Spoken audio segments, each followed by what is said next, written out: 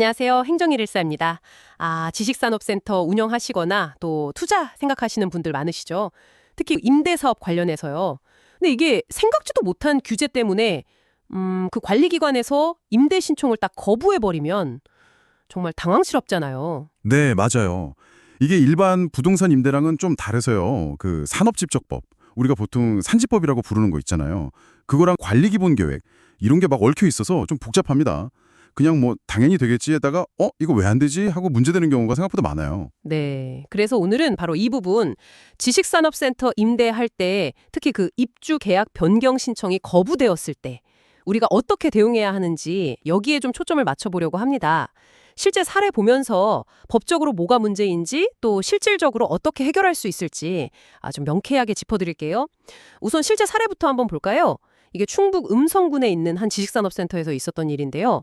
원래 자료 처리 여부로 입주했던 업체가 있었어요. 근데 경영이 좀 어려워지니까 입주 계약도 변경해달라고 신청을 한 거죠. 네, 그렇죠. 그런데 음성군에서 이걸 거부했어요. 왜 거부했나요? 문성군 이유는 그거였어요. 관리기본계획을 보니까 부동산 임대업은 유치업종이 아니다. 이거였죠. 이 사례가 딱 보여주는 게 뭐냐면 그냥 빈 공간 있으니까 임대해야지 이렇게 단순하게 생각하면 안 된다는 거. 법적인 검토가 꼭 필요하다는 거죠. 여기서 이제 첫 번째 법적 쟁점이 나오는 거네요. 그 관리 기본 교육하고 더 상위법인 산지법. 이게 서로 다를 때 뭘 따라야 하냐 이거죠. 그게 정말 중요해요. 관리기본계획도 뭐 행정계획이니까 의미는 있는데 그렇다고 법률인 산지법도라 위에 있을 수는 없거든요. 산지법 38조의 2, 제1항을 보면 사업 개시 신고를 하고 나면 임대도 가능하다. 이렇게 길을 열어두고 있어요. 허허, 법에는 가능하다고 되어 있군요. 네. 그러니까 관리기본계획에 뭐 유치업종으로 딱 정해놓지 않았다는 이유만으로 법에서 가능하다고 하는 임대까지 아예 막는 건 좀 어렵다. 이렇게 해석할 수 있는 거죠.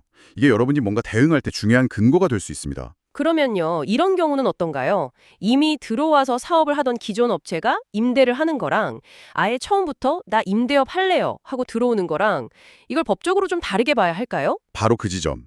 그게 이제 두 번째 핵심 쟁점인데요. 법체처 해석 같은 걸 봐도요.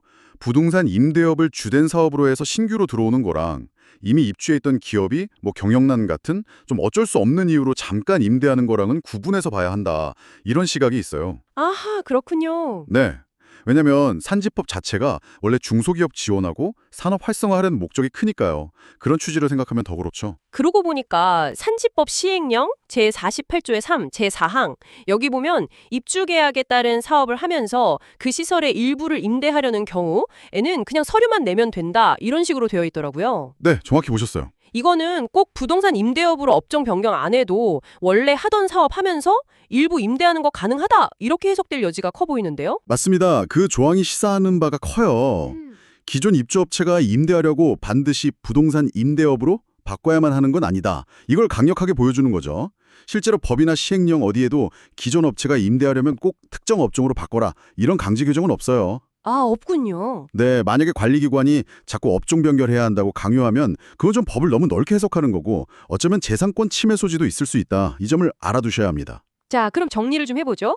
이렇게 상황이 좀 복잡한데 우리 지식산업센터 관계자분들이 미리 뭘 좀 조심해야 하고 또 문제가 생겼을 때 어떻게 좀 효과적으로 대응할 수 있을지 구체적인 행동 지침 같은 걸 좀 알려주시죠. 네, 우선 임대를 생각하고 계신다면 첫째로 관리기본계획 내용을 꼭 미리 확인하셔야 합니다.